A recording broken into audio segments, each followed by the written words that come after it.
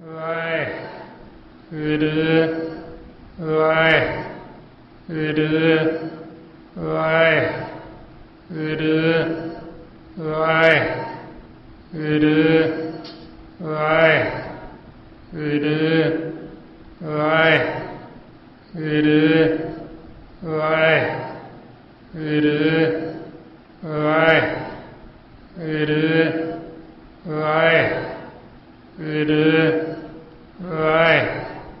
ਵਾਹਿਗੁਰੂ ਵਾਹਿਗੁਰੂ ਵਾਹਿਗੁਰੂ ਵਾਹਿਗੁਰੂ ਵਾਹਿਗੁਰੂ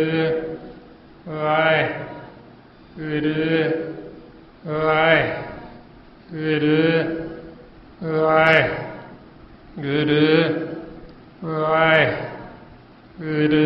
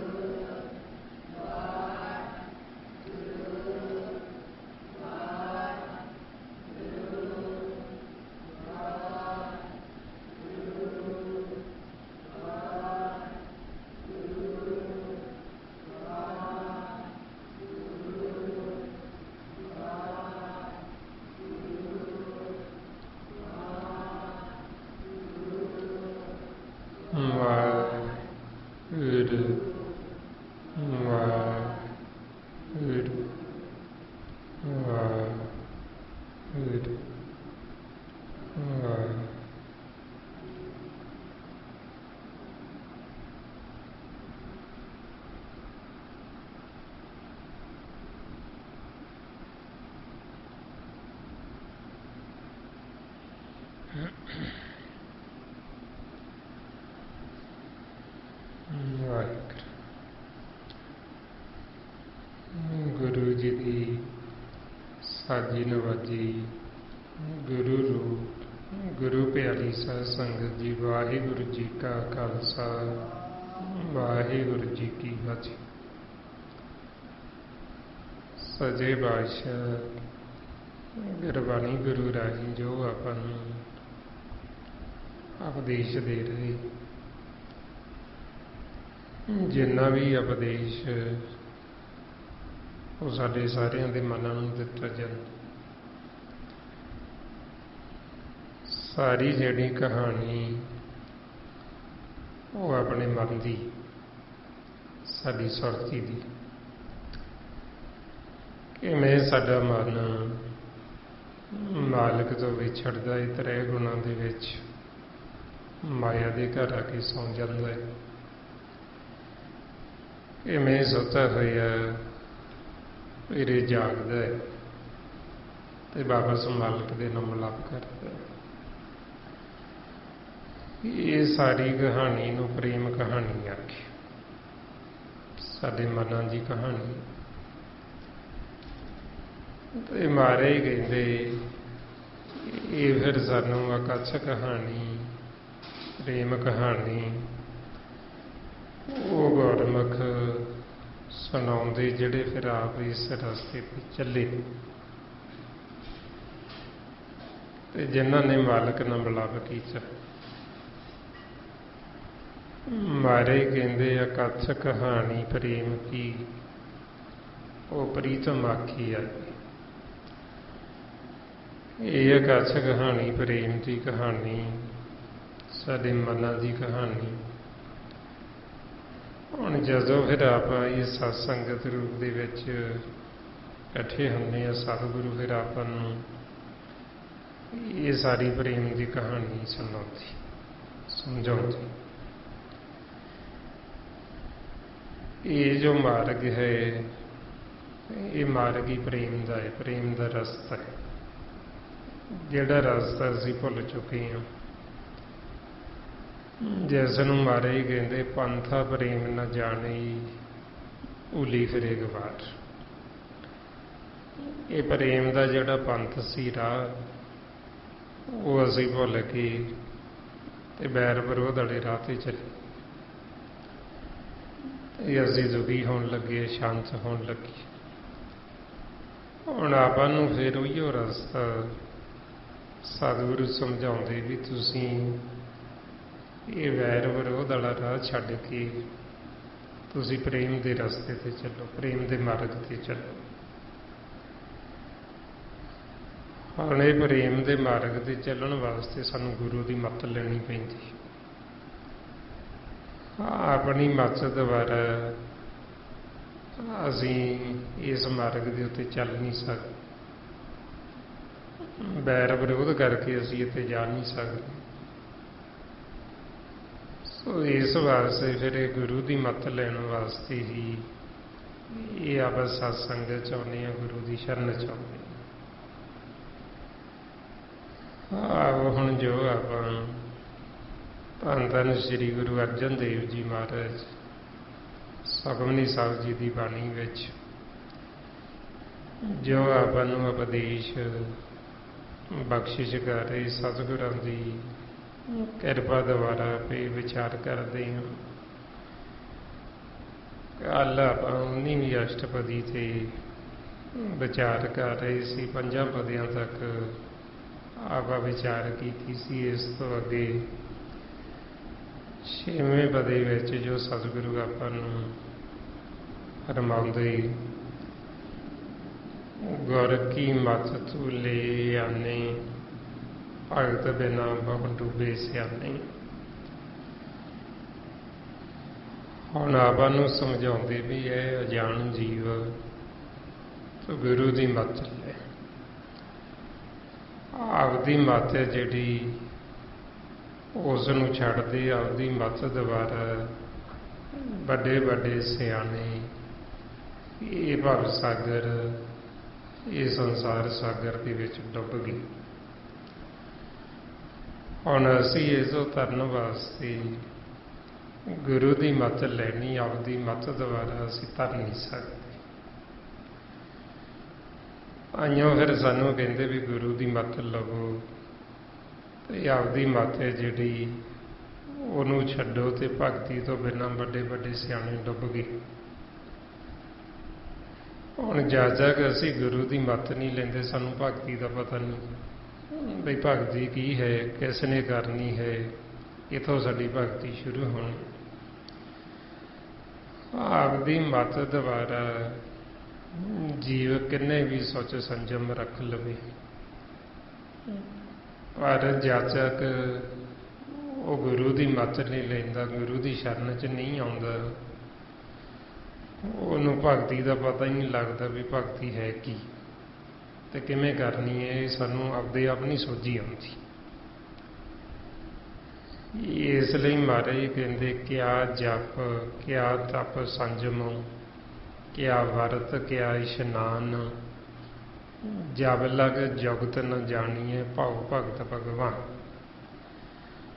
ਬਈ ਆਪਦੀ ਮੱਤ ਦੁਆਰਾ ਅਸੀਂ ਕਿੰਨੇ ਜਪ ਕਿੰਨੇ ਤਪ ਕਰ ਲਈਏ, ਕਿੰਨੇ ਸੋਚ ਸੰਜਮ ਕਿੰਨੇ ਇਸ਼ਨਾਨ ਕਰ ਲਈਏ,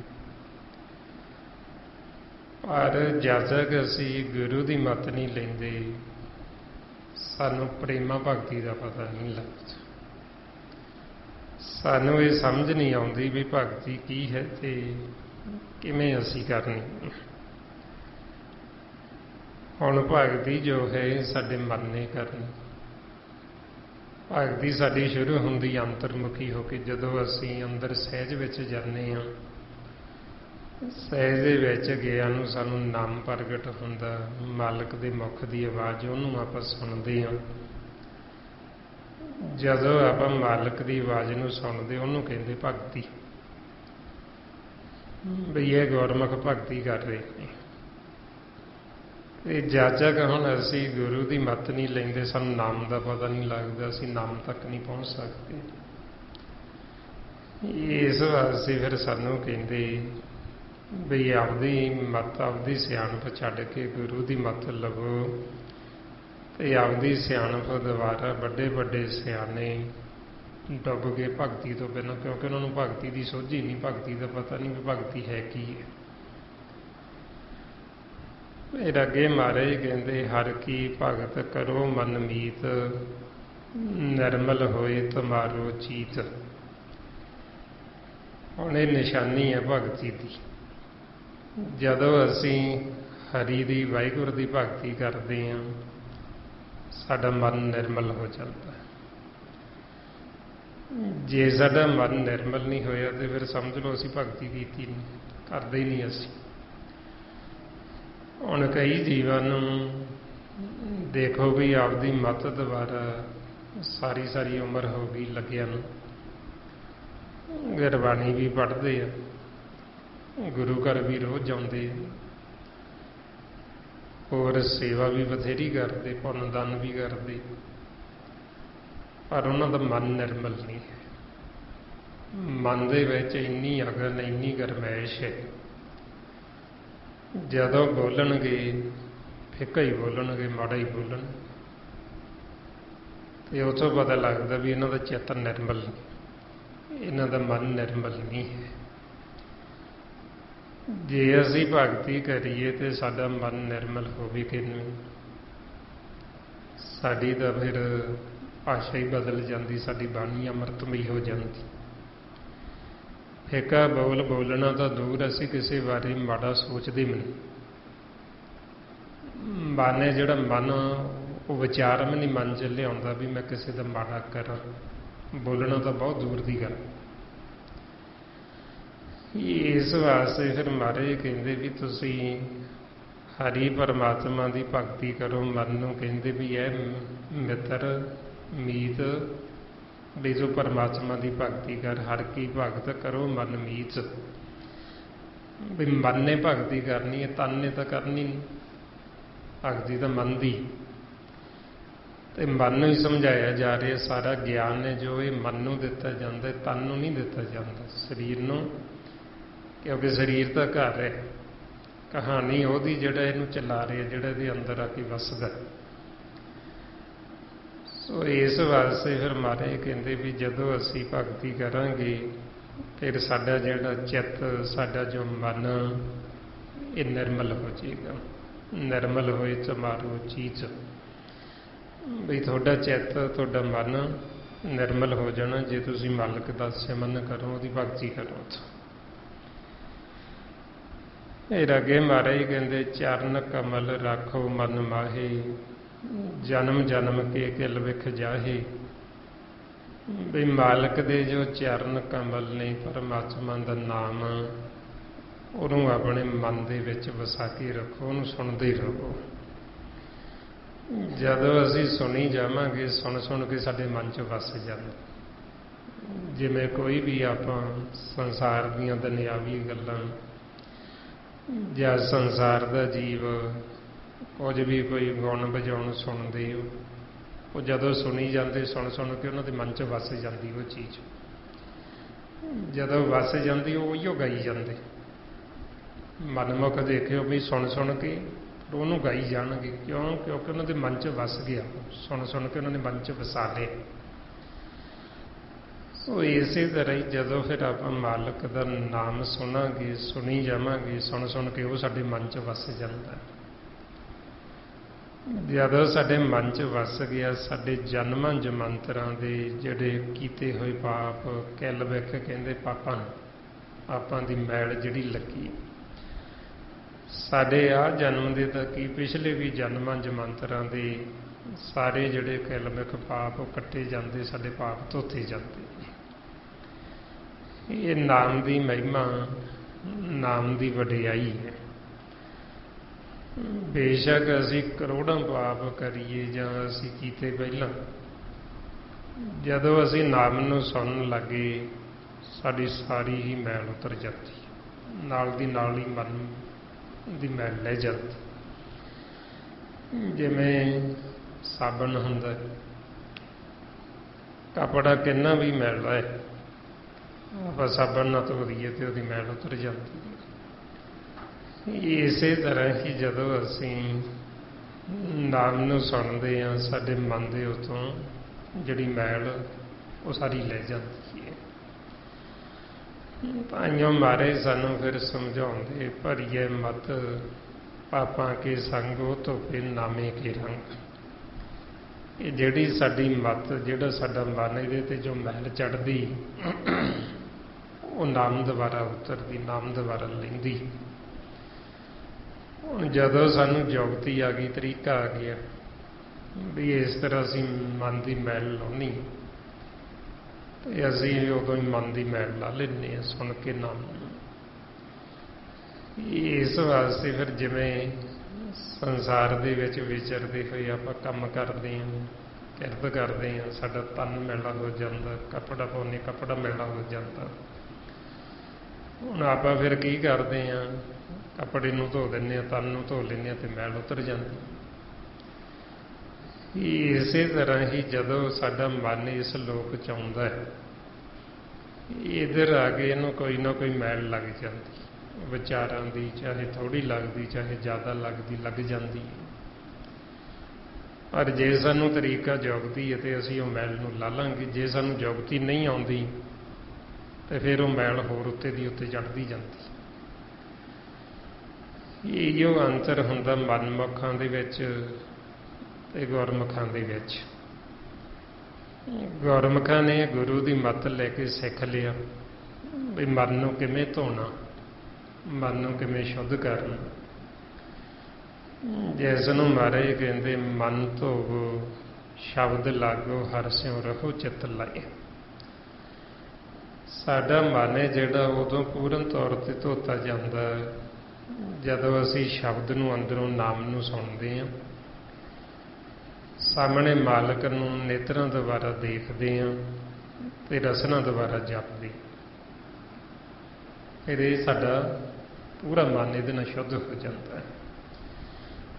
ਮਾਲਕ ਨੂੰ ਦੇਖੀ ਜਾਂਦੇ ਹਾਂ, ਉਹਦੀ ਆਵਾਜ਼ ਨੂੰ ਸੁਣੀ ਜਾਂਦੇ ਹਾਂ ਤੇ ਨਾਲ ਬੋਲੀ ਜਾਂਦੇ ਹਾਂ ਵਾਹਿਗੁਰੂ ਵਾਹਿਗੁਰੂ। ਉਹ ਸਾਰੀ ਮੈਲ ਉਤਰ ਜਾਂਦੀ। ਸੋ ਜਿਹੜੇ ਜੀਵਨ ਨੇ ਫਿਰ ਇਹ ਜੁਗਤੀ ਤਰੀਕਾ ਨਹੀਂ ਸਿੱਖਿਆ, ਉਹ ਫਿਰ ਮਨ ਦੀ ਮੈਲ ਲਾਉਂਦੇ ਨਹੀਂ, ਉਹ ਹੋਰ ਉੱਤੇ ਦੀ ਉੱਤੇ ਹੋਰ ਚੜ੍ਹਦੀ ਜਾਂਦੀ। ਜਿਸ ਨੂੰ ਮਹਾਰਾਜ ਕਹਿੰਦੇ ਇਸ ਮਨ ਕੋ ਜਨਮ ਜਨਮ ਕੀ ਮਲ ਲਾਗੀ ਕਾਲਾ ਹੋਊਗਾ ਸ਼ਾਹ। ਬਈ ਪਿਛਲੇ ਯੁੱਗਾਂ ਦੇ ਵਿੱਚ ਕਿਸੇ ਨੇ ਇੰਨਾ ਖੋਲ੍ਹ ਕੇ ਨਹੀਂ ਸਮਝਾਇਆ ਸਾਨੂੰ, ਮਨ ਦਾ ਗਿਆਨ ਨਹੀਂ ਦਿੱਤਾ ਵੀ ਮਨ ਨੂੰ ਜਿਹੜੀ ਮੈਲ ਲੱਗਦੀ ਹੈ ਵੀ ਇਹ ਮਨ ਵੀ ਸਾਡਾ ਧੋਤਾ ਜਾ ਸਕਦਾ, ਇਹ ਵੀ ਸ਼ੁੱਧ ਹੋ ਸਕਦਾ, ਇਹ ਵੀ ਪਵਿੱਤਰ ਹੋ ਸਕਦਾ ਹੈ। ਇਹ ਕਲਯੁੱਗ ਦੇ ਸਮੇਂ ਵਿੱਚ ਗੁਰੂ ਨਾਨਕ ਦੇ ਘਰ ਨੇ ਆਪਾਂ ਨੂੰ ਇਹ ਮਨ ਦਾ ਬੜਾ ਖੋਲ੍ਹ ਕੇ ਭੇਜ ਦਿੱਤਾ ਤੇ ਇਹ ਸਾਰਾ ਸਾਨੂੰ ਸਮਝਾਇਆ ਵੀ ਜੇ ਮਨ ਬਿਲਕੁਲ ਕਾਲਾ ਸ਼ਾਹ ਵੀ ਹੋ ਗਿਆ ਤੁਹਾਡਾ, ਇਹ ਫਿਰ ਵੀ ਧੋਤਾ ਜਾ ਸਕਦਾ, ਫਿਰ ਵੀ ਸ਼ੁੱਧ ਹੋ ਸਕਦਾ। ਪਰ ਜੇ ਤੁਸੀਂ ਸਿਮਰਨ ਕਰੋ, ਜੇ ਤੁਸੀਂ ਗੁਰੂ ਦੀ ਮੱਤ ਲੈ ਲਓ ਤਾਂ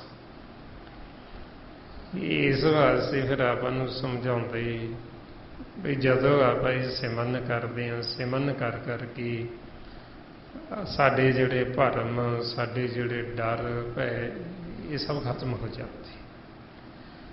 ਮਹਾਰਾਜ ਕਹਿੰਦੇ ਜਪ ਜਪ ਤੁਧ ਨਿਰੰਕਾਰ ਭਰਮ ਭਉ ਖੋਵਣਾ। ਬਈ ਤੈਨੂੰ ਜਪ ਜਪ ਕੇ ਸਾਡੇ ਭਰਮ, ਸਾਡੇ ਭੈ ਡਰ ਇਹ ਸਭ ਖਤਮ ਹੋ ਜਾਂਦੇ। ਸੋ ਫਿਰ ਆਪਾਂ ਜਦੋਂ ਜਪੀ ਜਾਂਦੇ, ਜਪ ਜਪ ਕੇ ਅਸੀਂ ਅੰਤਰਮੁਖੀ ਹੋ ਜਾਂਦੇ ਹਾਂ ਤੇ ਮਾਲਕ ਦੇ ਚਰਨ ਕਮਲਾਂ ਦੇ ਨਾਲ ਸਾਡੀ ਸੁਰਤੀ ਜੁੜ ਜਾਂਦੀ। ਸਾਡੇ ਅੰਦਰ ਨਾਮ ਜੋ ਚੱਲ ਰਿਹਾ, ਸਾਰਿਆਂ ਦੇ ਅੰਦਰ ਮਾਲਕ ਬੋਲ ਰਿਹਾ, ਪਰ ਸਾਨੂੰ ਸੁਣਦਾ ਨਹੀਂ ਕਿਉਂਕਿ ਅਸੀਂ ਬਾਹਰ ਮੁਖੀ ਹਾਂ, ਸਾਨੂੰ ਤਾਂ ਨਹੀਂ ਸੁਣਾਈ ਦਿੰਦਾ। ਜਦੋਂ ਅਸੀਂ ਅੰਤਰਮੁਖੀ ਹੋ ਗਏ ਤੇ ਆਪਾਂ ਨੂੰ ਸੁਣਾਈ ਦੇਣ ਲੱਗ ਜਾਂਦੀ। ਜਿਵੇਂ ਹੁਣ ਆਪਾਂ ਵਿਚਾਰ ਕਰ ਰਹੇ ਹਾਂ ਗੁਰੂ ਘਰ ਵਿੱਚ ਆ ਕੇ, ਹੁਣ ਆਪਾਂ ਅੰਦਰ ਆਉਂਦੇ ਹਾਂ ਤੇ ਆਪਾਂ ਨੂੰ ਆਵਾਜ਼ ਸੁਣਦੀ ਹੈ, ਅੰਦਰ ਬੈਠਾਂਗੇ ਸੁਣੇਗੀ। ਜੇ ਹੁਣ ਕੋਈ ਬਾਹਰ ਬੈਠਾ ਹੈ ਗੁਰੂ ਘਰ ਤੋਂ ਤੇ ਉਹਨੂੰ ਤਾਂ ਸੁਣਾਈ ਨਹੀਂ ਦੇਣੀ। ਆਵਾਜ਼ ਦਾ ਦਾਇਰਾ ਹੈ ਵੀ ਇੰਨੀ ਕੁ ਆਵਾਜ਼ ਇੱਥੇ ਅੰਦਰ ਅੰਦਰ ਰਹਿੰਦੀ। ਹੁਣ ਜੇ ਕੋਈ ਸੁਣਨਾ ਚਾਹੁੰਦਾ ਉਹਨੂੰ ਅੰਦਰ ਆਉਣਾ ਪਏਗਾ, ਆ ਕੇ ਬੈਠੇਗਾ ਤੇ ਫੇਰ ਹੀ ਉਹਨੂੰ ਸੁਣੇਗੀ। ਬਾਹਰ ਚਾਹੇ ਉਹ ਕਿੰਨਾ ਸਮਾਂ ਵੀ ਬੈਠਾ ਰਵੇ ਤੇ ਉਹਨੂੰ ਸੁਣਨਾ ਹੀ ਨਹੀਂ ਕੁਛ। ਸੋ ਇਸੇ ਤਰ੍ਹਾਂ ਹੀ ਹੁਣ ਮਾਲਕ ਸਾਡੇ ਅੰਦਰ ਬੋਲ ਰਿਹਾ, ਪਰ ਅਸੀਂ ਬਾਰ ਘੁੰਮੀ ਜਾਂਦੇ ਹਾਂ।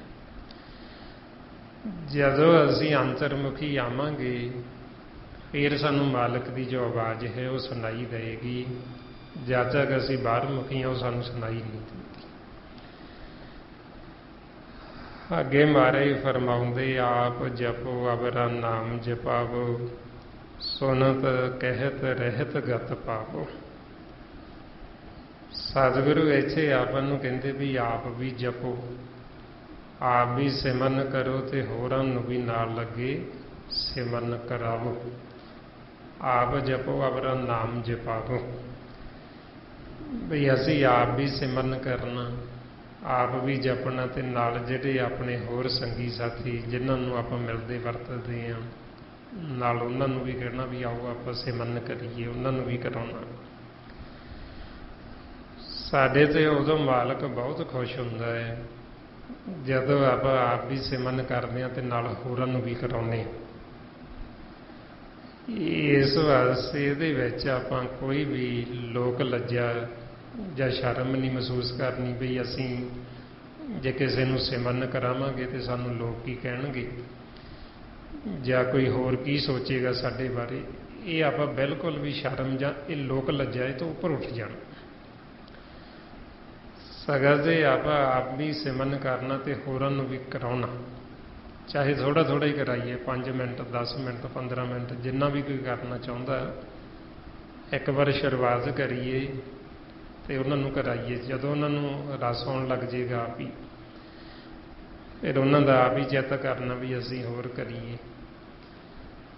ਸੋ ਜਦੋਂ ਫਿਰ ਆਪਾਂ ਇਹ ਲਗਾਤਾਰ ਸਿਮਰਨ ਕਰਦੇ ਰਹਿੰਦੇ, ਸਤਸੰਗਤ ਕਰਦੇ ਰਹਿੰਦੇ ਹਾਂ, ਫਿਰ ਸਾਡੇ ਅੰਦਰ ਭੁੱਖ ਲੱਗਣ ਲੱਗ ਜਾਂਦੀ ਨਾਮ ਦੀ, ਸਿਮਰਨ ਦੀ। ਫਿਰ ਆਪਾਂ ਕੀਤੇ ਤੋਂ ਬਿਨਾਂ ਰਹਿ ਹੀ ਨਹੀਂ ਸਕਦੇ, ਸਾਡਾ ਸੁਭਾਅ ਬਣ ਜਾਂਦਾ। ਜਿਵੇਂ ਆਪਾਂ ਪ੍ਰਸ਼ਾਦੇ ਤੋਂ ਬਿਨਾਂ ਨਹੀਂ ਰਹਿ ਸਕਦੇ, ਛਕਣਾ ਹੀ ਛਕਣਾ, ਨਾ ਛਕਾਂਗੇ ਤੇ ਭੁੱਖ ਲੱਗੇਗੀ, ਸਰੀਰ ਨੇ ਮੰਗਣਾ ਵੀ ਪ੍ਰਸ਼ਾਦਾ ਚਾਹੀਦਾ, ਖੁਰਾਕ ਚਾਹੀਦੀ, ਦੋ ਕੁਛ ਖਾਣ ਨੂੰ। ਹੁਣ ਇਸੇ ਤਰ੍ਹਾਂ ਹੀ ਫਿਰ ਸਾਡਾ ਮਨ ਹੈ, ਜਦੋਂ ਅਸੀਂ ਇਹ ਸਿਮਰਨ ਕਰਨਾ ਸ਼ੁਰੂ ਕਰ ਦਿੱਤਾ, ਸਾਡਾ ਸੁਭਾਅ ਬਣ ਗਿਆ, ਸਾਡੀ ਆਦਤ ਬਣ ਗਈ। ਫਿਰ ਸਾਨੂੰ ਕਹਿਣ ਦੀ ਵੀ ਲੋੜ ਨਹੀਂ ਪੈਂਦੀ, ਫਿਰ ਅਸੀਂ ਆਪਦੇ ਆਪ ਹੀ ਕੀਤੀ ਜਾਂਦੇ। ਜਦੋਂ ਵਾਰ-ਵਾਰ ਸਾਡਾ ਸਿਮਰਨ ਕਰਨ ਨੂੰ ਚਿੱਤ ਕਰੇ, ਸਾਨੂੰ ਰਸ ਆਵੇ, ਸਮਝ ਲਓ ਵੀ ਮਾਲਕ ਦੀ ਕਿਰਪਾ ਹੋ ਰਹੀ।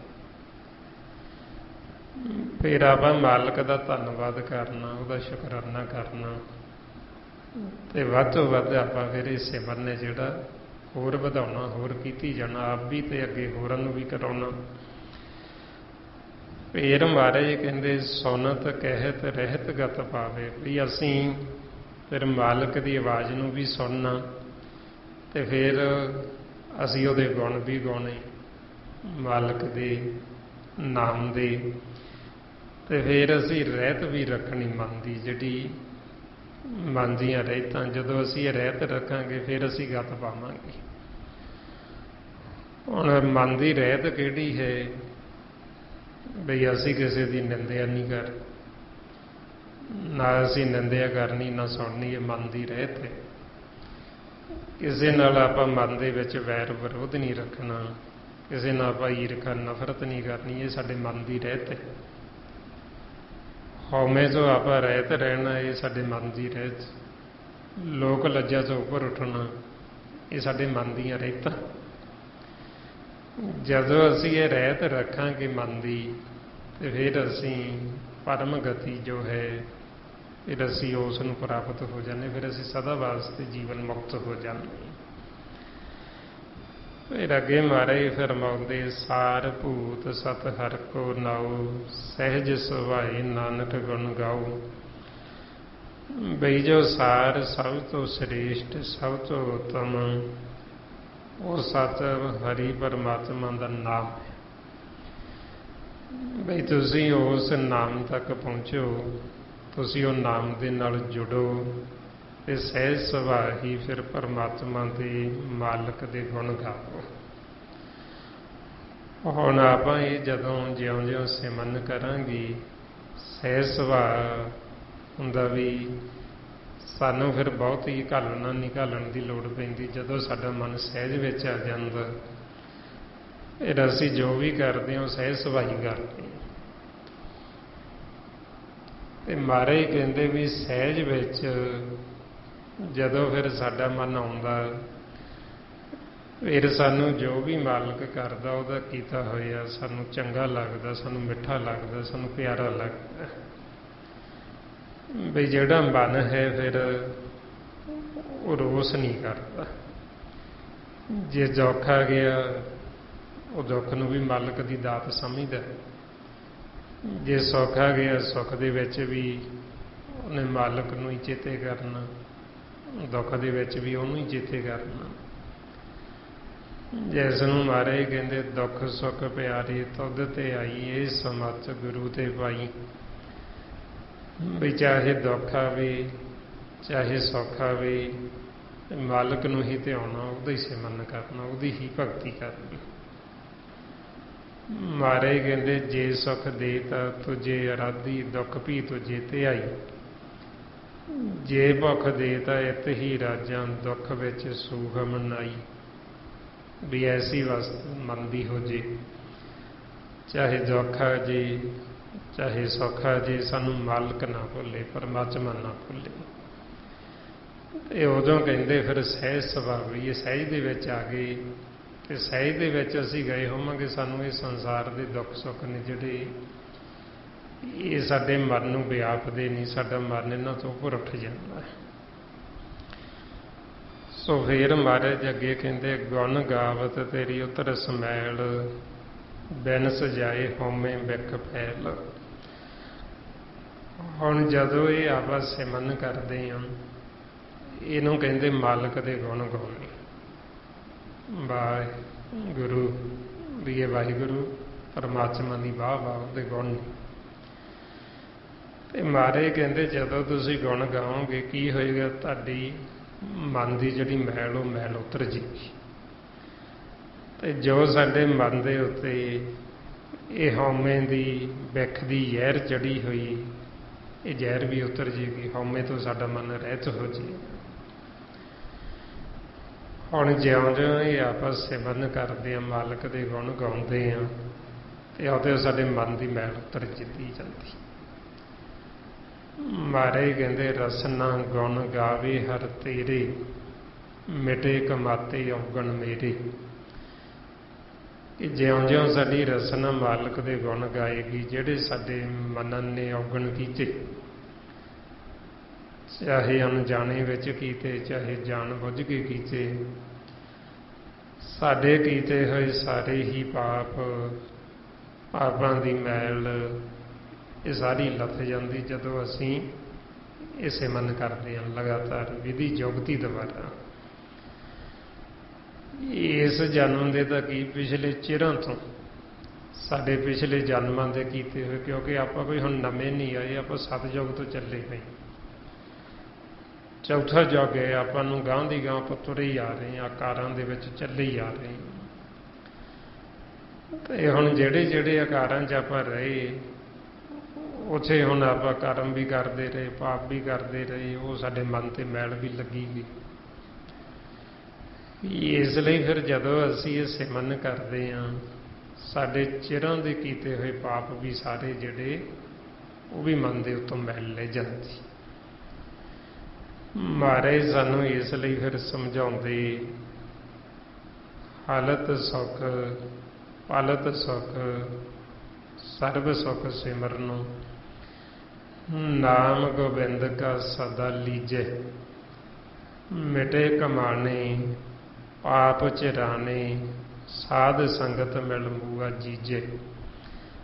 ਮਹਾਰਾਜ ਕਹਿੰਦੇ ਵੀ ਤੁਹਾਡੇ ਸਾਰੇ ਚਿਰਾਂ ਤੋਂ ਕੀਤੇ ਹੋਏ ਪਾਪ ਮਿਟ ਜਾਣ, ਤੁਹਾਡਾ ਹਾਲਤ ਵੀ ਸੁੱਖ ਤੇ ਪਲਤ ਵੀ ਸੁੱਖ, ਤੁਹਾਡਾ ਇਹ ਲੋਕ ਵੀ ਸਵਰ ਜਾਣਾ ਤੇ ਪਰਲੋਕ ਵੀ ਸਵਰ ਜਾਣਾ। ਸਾਰਾ ਸੁੱਖ ਕਹਿੰਦੇ ਮਾਲਕ ਦੇ ਸਿਮਰਨ ਦੇ ਵਿੱਚ। ਇਹੋ ਫਿਰ ਆਪਾਂ ਨੂੰ ਇਸੇ ਸਤਿਗੁਰੂ ਸਮਝਾਉਂਦੇ ਵੀ ਜਦੋਂ ਅਸੀਂ ਮਾਲਕ ਦੇ ਗੁਣ ਗਾਉਂਦੇ ਹਾਂ ਸਾਡੇ ਮਨ ਤੇ ਜਿਹੜੀ ਫਿਰ ਇਹ ਮੈਲ ਲੱਗੀ ਹੁੰਦੀ ਹੈ ਮੈਲ ਉਤਰ ਜਾਂਦੀ, ਹਉਮੈ ਤੋਂ ਸਾਡਾ ਮਨ ਹੈ ਜਿਹੜਾ ਉਹ ਰਹਿਤ ਹੋ ਜਾਂਦਾ ਹੈ। ਅੱਗੇ ਸਤਿਗੁਰੂ ਬਖਸ਼ਿਸ਼ ਕਰਦੇ ਹੋ ਅਚਿੰਤ ਵਸੇ ਸੁਖ ਨਾਲ, ਸਾਸ ਗਿਰਾਸ ਹਰ ਨਾਮ ਸੰਭਾਲ। ਮਹਾਰਾਜ ਸੱਚੇ ਪਾਤਸ਼ਾਹ ਕਹਿੰਦੇ ਵੀ ਜੋ ਮਾਲਕ ਸਾਡੇ ਹਮੇਸ਼ਾ ਨਾਲ ਵਸਦਾ ਵੀ ਉਹ ਸੱਚੋ ਕੋਈ ਦੂਰ ਨਹੀਂ ਹੈ। ਬਈ ਤੁਸੀਂ ਅਚਿੰਤ ਅਵਸਥਾ ਵਿੱਚ ਹੋ ਕਿਸੇ ਕਿਸਮ ਦੀ ਕੋਈ ਚਿੰਤਾ, ਕੋਈ ਫਿਕਰ ਨਾ ਕਰੋ। ਤੇ ਤੁਸੀਂ ਸਾਸ ਗਿਰਾਸ ਉਸ ਮਾਲਕ ਦਾ ਨਾਮ ਹੈ ਜਿਹੜਾ ਨਾਮ ਨੂੰ ਸੰਭਾਲ। ਸਾਸ ਗਿਰਾਸ ਕਹਿੰਦੇ ਵੀ ਇਹ ਜੋ ਆਪਾਂ ਨੂੰ ਸਵਾਸਾਂ ਦੀ ਗਰਾਹੀ ਆ ਰਹੀ ਹੈ, ਸਵਾਸ ਅੰਦਰ ਗਿਆ ਫਿਰ ਅੰਦਰੋਂ ਬਾਹਰ ਆਇਆ, ਇਹਨੂੰ ਸਾਸ ਗਿਰਾਸ ਕਹਿੰਦੇ। ਤੇ ਆਪਾਂ ਨੂੰ ਕਹਿੰਦੇ ਵੀ ਹਰ ਇੱਕ ਸਵਾਸ ਦੇ ਨਾਲ ਮਾਲਕ ਦਾ ਨਾਮ ਜਪੋ, ਪਰਮਾਤਮਾ ਦੇ ਨਾਮ ਨੂੰ ਸੰਭਾਲੋ। ਗੁਰੂ ਅਰਜਨ ਦੇਵ ਜੀ ਮਹਾਰਾਜ ਕਹਿੰਦੇ ਵੀ ਜਿੰਨੇ ਵੀ ਅਸੀਂ ਸਵਾਸ ਗਿਰਾਸ ਮੰਨ ਲੈਂਦਾ ਵੀ ਉਹਨੇ ਹੀ ਅਸੀਂ ਮਾਲਕ ਦੇ ਗੁਣ ਗਾਉਂਦੇ ਹਾਂ, ਉਹਦਾ ਨਾਮ ਨੂੰ ਸੰਭਾਲਦੇ। ਜੇ ਤੇ ਸਾਸ ਗਿਰਾਸ ਮੰਨ ਲੇਤਾ ਤੇ ਤੇ ਹੀ ਗੁਣ ਗਾਈਏ। ਵੀ ਜਿਹੜਾ ਦਮ ਸਾਨੂੰ ਆਇਆ, ਜੇ ਅਸੀਂ ਮਾਲਕ ਨੂੰ ਨਹੀਂ ਚੇਤੇ ਕੀਤਾ ਉਹ ਸਾਡਾ ਵਿਅਰਥ ਚਲਾ ਗਿਆ। ਮਹਾਰਾਜ ਕਹਿੰਦੇ ਜੋ ਦਮ ਚਿੱਤ ਨਾ ਆਵਈ ਸੋ ਦਮ ਬਿਰਥਾ ਜਾਈ। ਕਿ ਜਿਹੜੇ ਸਵਾਸ ਨਾਲ ਅਸੀਂ ਨਹੀਂ ਮਾਲਕ ਨੂੰ ਚੇਤੇ ਕੀਤਾ ਉਹ ਸਾਡੇ ਹੱਥੋਂ ਨਿਕਲ ਗਿਆ, ਉਹ ਵਿਅਰਥ ਚਲਾ ਗਿਆ। ਤਾਈਆਂ ਫਿਰ ਸਾਨੂੰ ਕਹਿੰਦੇ ਵੀ ਸਾਸ ਗਿਰਾਸ ਮਾਲਕ ਦਾ ਨਾਮ ਸੰਭਾਲੋ, ਵੀ ਉਹਨੂੰ ਚੇਤੇ ਰੱਖੋ। ਬਹਿੰਦੇ ਉੱਠਦੇ ਕੰਮ ਕਾਰ ਕਰਦੇ ਸਾਸ ਗਿਰਾਸ ਸਿਮਰਨ ਜਿਹੜਾ ਇਹ ਕਰਦੇ ਰਹੋ।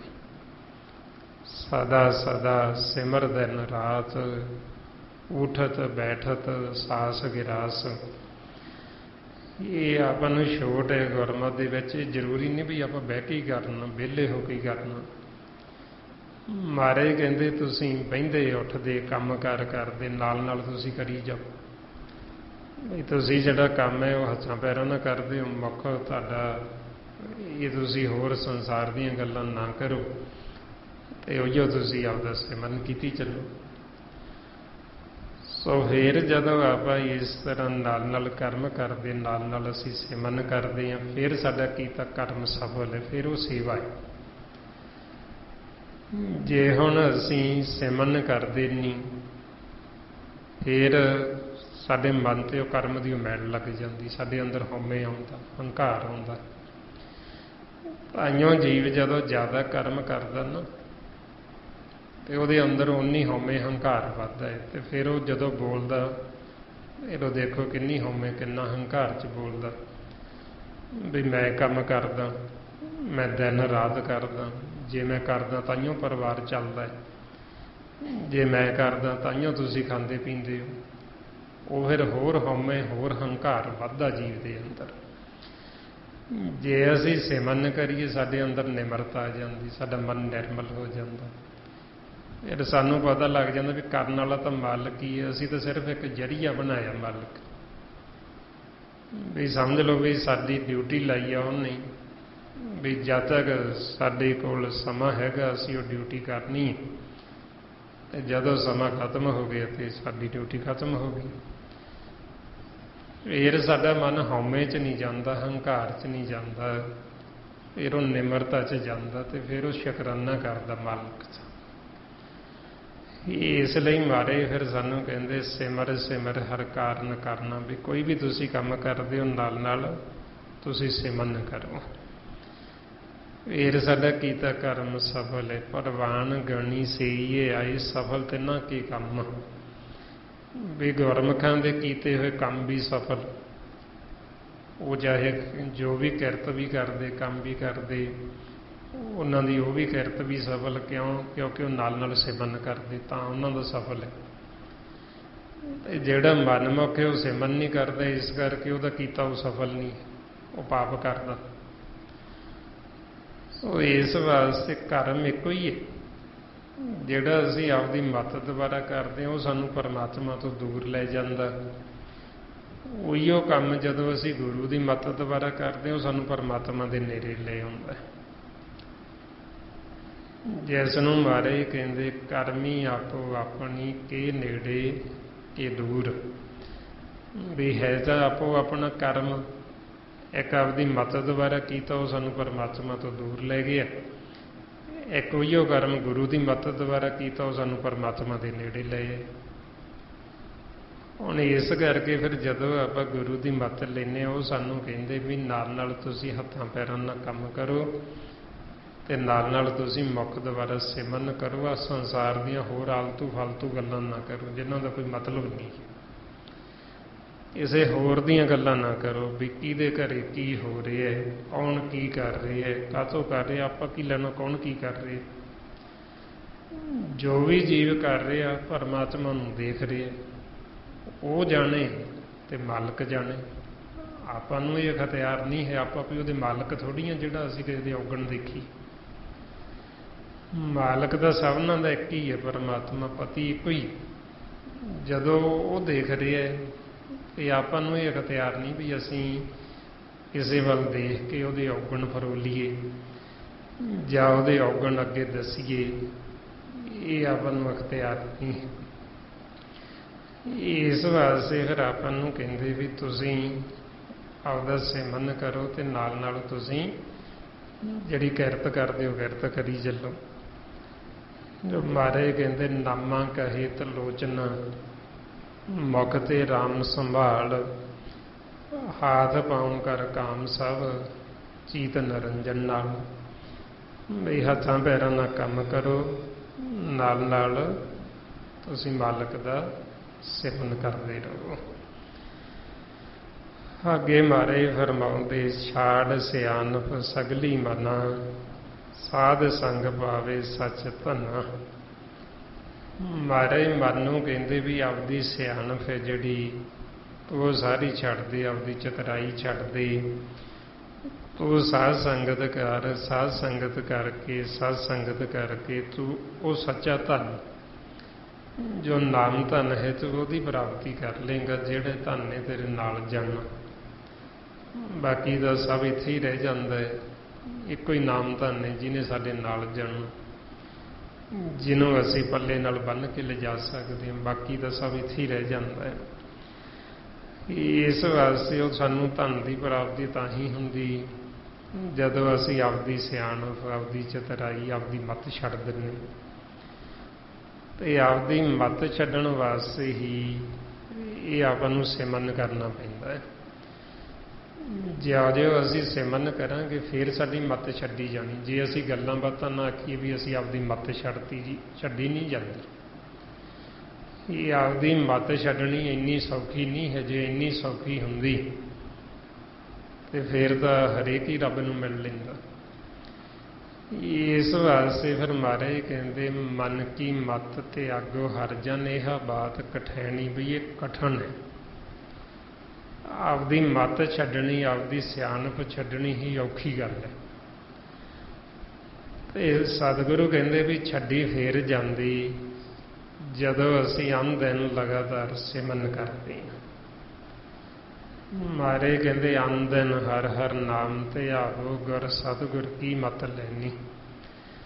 ਵੀ ਜੇ ਤੁਸੀਂ ਚਾਹੁੰਦੇ ਗੁਰੂ ਦੀ ਮੱਤ ਲੈਣੀ, ਸਤਿਗੁਰ ਦੀ ਮੱਤ ਲੈਣੀ, ਆਪਦੀ ਮੱਤ ਛੱਡਣੀ, ਤੇ ਉਹਦੇ ਵਾਸਤੇ ਫਿਰ ਇਹ ਸਿਮਰਨ ਕਰੋ। ਕਿੰਨਾ ਕਰੀਏ? ਮਹਾਰਾਜ ਕਹਿੰਦੇ ਅੰਨ ਦਿਨ ਕਰੋ, ਦਿਨ ਰਾਤ ਕਰੋ। ਫਿਰ ਸਾਡੀ ਸਿਆਣਪ, ਸਾਡੀ ਮੱਤ ਛੱਡੀ ਜਾਣੀ ਤੇ ਫਿਰ ਸਾਨੂੰ ਗੁਰੂ ਦੀ ਮੱਤ ਆਉਣੀ ਤੇ ਫਿਰ ਸਾਨੂੰ ਉਹ ਸੱਚੇ ਧਨ ਦੀ ਪ੍ਰਾਪਤੀ ਹੋਣੀ, ਨਾਮ ਦੀ ਜੋ ਸਾਡੇ ਅੰਦਰ ਚੱਲ ਰਿਹਾ, ਜਿਹਦੇ ਨਾਲੋਂ ਸਾਡੇ ਮਨ ਦੀ ਲਿਵ ਟੁੱਟੀ। ਅੱਗੇ ਮਹਾਰਾਜ ਬਖਸ਼ਿਸ਼ ਕਰਦੇ ਹਰ ਪੂੰਜੀ ਸੱਚ ਕਰੋ ਵਿਹਾਰ, ਇਹਾਂ ਸੁਖ ਦਰਗਾਹ ਜੈਕਾਰ। ਮਹਾਰਾਜ ਦੱਸਦੇ ਵੀ ਜੋ ਉਹ ਹਰੀ ਦੀ ਪੂੰਜੀ, ਹਰੀ ਦੀ ਪੂੰਜੀ ਕੀ ਹੈ? ਉਹ ਨਾਮ ਰਤਨ। ਮਹਾਰਾਜ ਕਹਿੰਦੇ ਵੀ ਉਹਦਾ ਤੁਸੀਂ ਜਿਹੜਾ ਵਿਹਾਰ ਹੈ, ਵਿਹਾਰ ਬਣਾਓ ਵੀ ਇਹ ਲੈਣ ਦੇਣ ਕਰੋ। ਜਿਵੇਂ ਆਪਾਂ ਸੰਸਾਰ 'ਚ ਕਹਿ ਦਿੰਦੇ ਹਾਂ ਵੀ ਇਹਦੇ ਨਾਲ ਸਾਡਾ ਵਿਹਾਰ ਚੰਗਾ, ਵੀ ਇਹਨਾਂ ਦੇ ਨਾਲ ਸਾਡਾ ਲੈਣ ਦੇਣ ਹੈ ਜੀ। ਤੇ ਆਪਾਂ ਨੂੰ ਮਹਾਰਾਜ ਕਹਿੰਦੇ ਵੀ ਤੁਸੀਂ ਲੈਣ ਦੇਣ ਕਰੋ ਗੁਰਮੁਖਾਂ ਦੇ ਨਾਲ, ਉਹਨਾਂ ਦੇ ਨਾਲ ਵਿਹਾਰ ਬਣਾਓ, ਉਹਨਾਂ ਦੇ ਨਾਲ ਬਹਿਣੀ ਉੱਠਣੀ ਬਣਾਓ। ਜਿਸ ਨੂੰ ਮਹਾਰਾਜ ਕਹਿੰਦੇ ਸੰਤਨ ਸਿਉ ਮੇਰੀ ਲੇਵਾ ਦੇਵੀ, ਸੰਤਨ ਸਿਉ ਵਿਹਾਰਾ, ਸੰਤਨ ਸਿਉ ਹਮ ਲਾਹਾ ਖਾਟਿਆ, ਹਰ ਭਗਤ ਭਰੇ ਭੰਡਾਰਾ।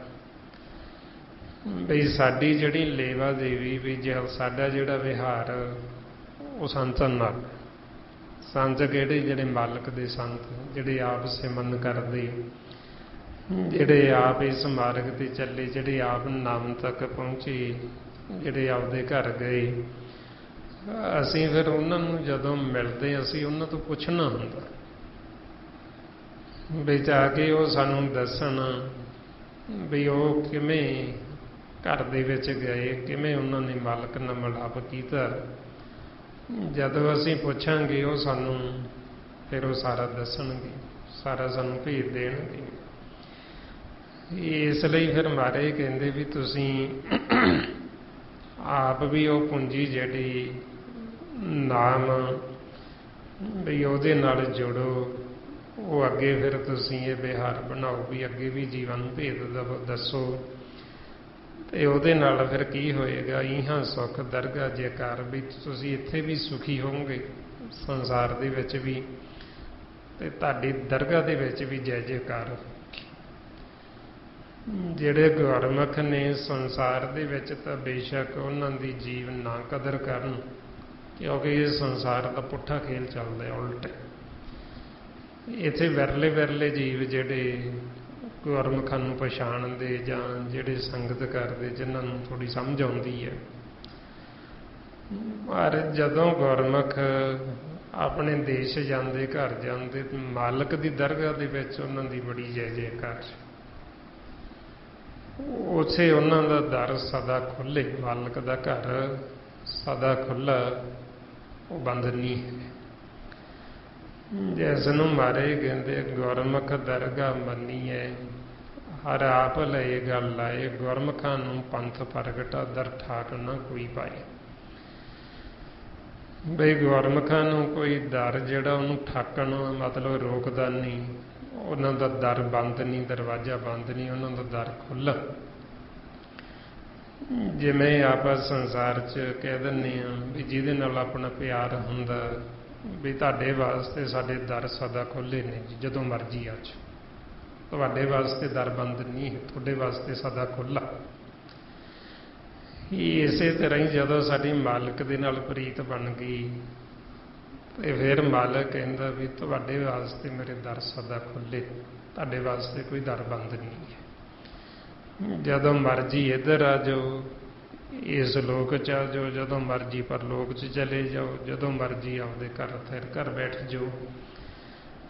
ਗੁਰਮੁਖ ਸਦਾ ਹੀ ਉਹਨਾਂ ਦੇ ਦਰ ਖੁੱਲ੍ਹੇ। ਤਾਈਓਂ ਮਾਰੇ ਗੁਰਮੁਖ ਆਏ ਜਾਏ ਨਿਸੰਗ, ਬਈ ਗੁਰਮੁਖ ਆਉਂਦੇ ਜਾਂਦੇ ਰਹਿੰਦੇ ਵੀ ਉਹਨਾਂ ਦੇ ਦਰ ਸਦਾ ਖੁੱਲ੍ਹੇ। ਇਸ ਵਾਸਤੇ ਫਿਰ ਸਤਿਗੁਰੂ ਕਹਿੰਦੇ ਵੀ ਉਹਨਾਂ ਨੂੰ ਇੱਥੇ ਵੀ ਸੁੱਖ ਤੇ ਦਰਗਾਹ 'ਚ ਵੀ ਉਹਨਾਂ ਦੀ ਜੈ ਜੈਕਾਰ ਹੈ, ਉੱਥੇ ਵੀ ਮਾਲਕ ਦੇ ਘਰ ਦੇ ਵਿੱਚ ਉਹਨਾਂ ਦੀ ਸੋਭਾ ਵਡਿਆਈ ਹੈ। ਅੱਗੇ ਮਹਾਰਾਜ ਦੱਸਦੇ ਸਰਬ ਨਿਰੰਤਰ ਇੱਕੋ ਦੇਖ, ਕਹੋ ਨਾਨਕ ਜਾ ਕੇ ਮਸਤਕ ਲੇਖ। ਸਤਿਗੁਰੂ ਕਹਿੰਦੇ ਵੀ ਸਰਬ ਨਿਰੰਤਰ ਵੀ ਇੱਕੋ ਦੇਖ, ਵੀ ਸਾਰੇ ਹਰ ਥਾਂ ਤੇ ਉਹ ਇੱਕ ਨੂੰ ਹੀ ਦੇਖ, ਮਾਲਕ ਨੂੰ ਦੇਖ, ਵੀ ਜਿਹੜਾ ਹਰ ਥਾਂ ਤੇ ਮੌਜੂਦ ਹੈ, ਨਿਰੰਤਰ ਵੀ ਲਗਾਤਾਰ ਹੈ। ਐਸੀ ਕੋਈ ਥਾਂ ਨਹੀਂ ਜਿੱਥੇ ਨਾ ਹੋਵੇ। ਪਰ ਉਹ ਦਿਸਦਾ ਉਹਨਾਂ ਨੂੰ ਹੀ ਹੈ ਜਿਨ੍ਹਾਂ ਦੇ ਮਸਤਕ ਲੇਖ ਭਾਗ ਚੰਗੇ, ਜਿਨ੍ਹਾਂ ਦੇ ਪੂਰਬ ਕਰਮ ਅੰਕਰ ਪ੍ਰਗਟ ਹੁੰਦਾ, ਜਿਨ੍ਹਾਂ ਨੂੰ ਸਤ ਸੰਗਤ ਮਿਲ ਗਈ, ਜਿਨ੍ਹਾਂ ਨੂੰ ਸੰਤਾਂ ਦਾ ਸਾਧੂਆਂ ਦਾ ਸੰਗ ਹੋ ਗਿਆ, ਉਹ ਫਿਰ ਮਾਲਕ ਨੂੰ ਦੇਖਦੇ ਹਰ ਥਾਂ 'ਤੇ। ਵੀ ਜਦੋਂ ਨੇਤਰ ਖੋਲ੍ਹਦੇ ਬਾਹਰ ਵੀ ਦੇਖਦੇ, ਜਦੋਂ ਨੇਤਰ ਬੰਦ ਕਰ ਲੈਂਦੇ ਅੰਦਰ ਵੀ ਦੇਖੀ ਜਾਂਦੇ। ਇਸ ਨੂੰ ਫਿਰ ਕਹਿੰਦੇ ਸਰਬ ਨਿਰੰਤਰ ਇੱਕੋ ਦੇਖ, ਵੀ ਹਰ ਥਾਂ ਤੇ ਉਸ ਮਾਲਕ ਨੂੰ ਇੱਕ ਨੂੰ ਉਹਨੂੰ ਹੀ ਦੇਖ। ਤੇ ਦਿਸਦਾ ਉਹਨਾਂ ਨੂੰ ਜਿਨ੍ਹਾਂ ਦੇ ਭਾਗ ਚੰਗੇ, ਜਿਨ੍ਹਾਂ ਦੇ ਵੱਡੇ ਭਾਗ। ਸੋ ਇਸ ਵਾਸਤੇ ਆਪਾਂ ਵੀ ਦੇਖ ਸਕਦੇ ਹਾਂ ਸਾਰੇ, ਜੇ ਆਪਾਂ ਇਹ ਅਭਿਆਸ ਕਰੀਏ, ਮਿਹਨਤ ਕਰੀਏ, ਤੇ ਆਪਾਂ ਵੀ ਦੇਖ ਸਕਦੇ ਮਾਲਕ ਨੂੰ, ਕਿਉਂਕਿ ਹੁਣ ਜੀਵਨ ਹੀ ਇਸ ਵਾਸਤੇ ਮਿਲੇ ਆਪਾਂ ਨੂੰ। ਅੱਗੇ ਮਹਾਰਾਜ ਕਹਿੰਦੇ ਇੱਕੋ ਜਪ ਇੱਕੋ ਸਲਾਹੇ, ਏਕ ਸਿਮਰ ਇੱਕੋ ਮਨ ਆਹੀ। ਵੀ ਉਸ ਇੱਕ ਨੂੰ ਹੀ ਜਪੋ, ਇੱਕ ਦੀ ਹੀ ਉਹਦੀ ਸਿਫਤ ਸਲਾਹ ਕਰੋ, ਮਾਲਕ ਦੀ ਇੱਕ ਦੀ ਹੀ ਵਡਿਆਈ ਕਰੋ, ਤੇ ਉਸ ਇੱਕ ਨੂੰ ਸਿਮਰਨ ਕਰਕੇ ਹੀ ਫਿਰ ਜਿਉਂ-ਜਿਉਂ ਅਸੀਂ ਸਿਮਰਨ ਕਰਾਂਗੇ ਫਿਰ ਸਾਡੇ ਮਨ ਦੇ ਵਿੱਚ ਉਹਨੂੰ ਮਿਲਣ ਦੀ ਤਾਂਘ ਬਣੀ ਰਹਿੰਦੀ।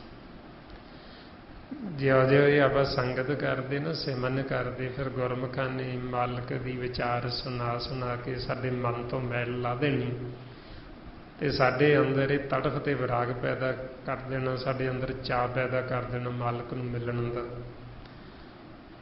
ਫਿਰ ਸਾਡੇ ਅੰਦਰ ਵੀ ਉਹਨੂੰ ਮਿਲਣ ਦੀ ਜੋ ਤਾਂਘ, ਮਿਲਣ ਦੀ ਇੱਛਾ, ਉਹ ਸਾਡੇ ਮਨ ਦੇ ਵਿੱਚ ਪ੍ਰਗਟ ਹੋ ਜਾਂਦੀ ਹੈ। ਫਿਰ ਮਹਾਰਾਜ ਕਹਿੰਦੇ ਇੱਕ ਸਕੇ ਗੁਣ ਗਾਓ ਅਨੰਤ, ਮਨ ਤਨ ਜਾਪ ਏਕ ਭਗਵੰਤ। ਵੀ ਉਹ ਜੋ ਇੱਕ ਹੈ ਮਾਲਕ ਪਰਮਾਤਮਾ, ਪਰ ਉਹਦੇ ਗੁਣ ਨੇ ਜਿਹੜੇ ਅਨੰਤ ਨੇ, ਵੀ ਜਿਹੜੇ ਬੇਅੰਤ, ਜਿਹੜੇ ਗਿਣੇ ਨਹੀਂ ਜਾ ਸਕਦੇ। ਵੀ ਜਦੋਂ ਅਸੀਂ ਮਾਲਕ ਦੇ ਗੁਣ ਗਾਵਾਂਗੇ ਜੋ ਬੇਅੰਤ ਨੇ, ਤੇ ਉਹਦੇ ਨਾਲ ਫਿਰ ਸਾਡਾ ਮਨ ਤੇ ਮਨ ਦਾ ਤਨ ਜਿਹੜਾ ਉਹ ਫਿਰ ਸਾਡਾ ਰਤਾ ਜਾਏਗਾ ਨਾਮ ਦੇ ਵਿੱਚ, ਸੱਚ ਦੇ ਵਿੱਚ, ਤੇ ਫਿਰ ਉਹਦਾ ਰੰਗ ਚੜ ਜਾਏਗਾ ਸਾਡੇ ਮਨ ਦੇ ਉੱਤੇ ਤੇ ਮਨ ਦੇ ਤਨ ਦੇ ਵਿੱਚ। ਤੇ ਸਾਡਾ ਜਿਹੜਾ ਮਨ ਹੈ ਫਿਰ ਉਹ ਹੋ ਜਾਏਗਾ ਭਗਵੰਤ, ਬਈ ਮਾਲਕ ਦਾ ਹੀ ਫਿਰ ਉਹ ਰੂਪ ਹੋ ਜਾਂਦਾ। ਜਦੋਂ ਉਹ ਸੱਚ ਤੇ ਨਾਮ ਦੀ ਆਰਾਧਨਾ ਕਰਦਾ, ਮਾਲਕ ਨੂੰ ਮਿਲ ਲੈਂਦਾ, ਨਾਮ 'ਚ ਸਮਾ ਜਾਂਦਾ, ਫਿਰ ਉਹਦਾ ਹੀ ਰੂਪ ਬਣ ਜਾਂਦਾ, ਉਹਦੇ ਵਰਗਾ ਹੀ ਹੋ ਜਾਂਦਾ ਹੈ। ਫਿਰ ਅੱਗੇ ਮਹਾਰਾਜ ਦੱਸਦੇ ਇੱਕੋ ਏਕ ਏਕ ਹਰ ਆਪ, ਪੂਰਨ ਪੂਰ ਇਹੋ ਪ੍ਰਭ ਆਪ। ਬਈ ਹਰ ਥਾਂ ਤੇ ਮਾਲਕ ਇੱਕ ਪਰਮਾਤਮਾ ਹੀ, ਉਹ ਹਰੀ ਆਪ ਹੀ, ਉਹ ਪੂਰਨ ਤੌਰ ਤੇ ਉਹੀਓ ਵਿਆਪਦਾ ਹੈ, ਉਹੀਓ ਹਰ ਥਾਂ ਤੇ ਉਹਦਾ ਹੀ ਪ੍ਰਕਾਸ਼ ਹੈ।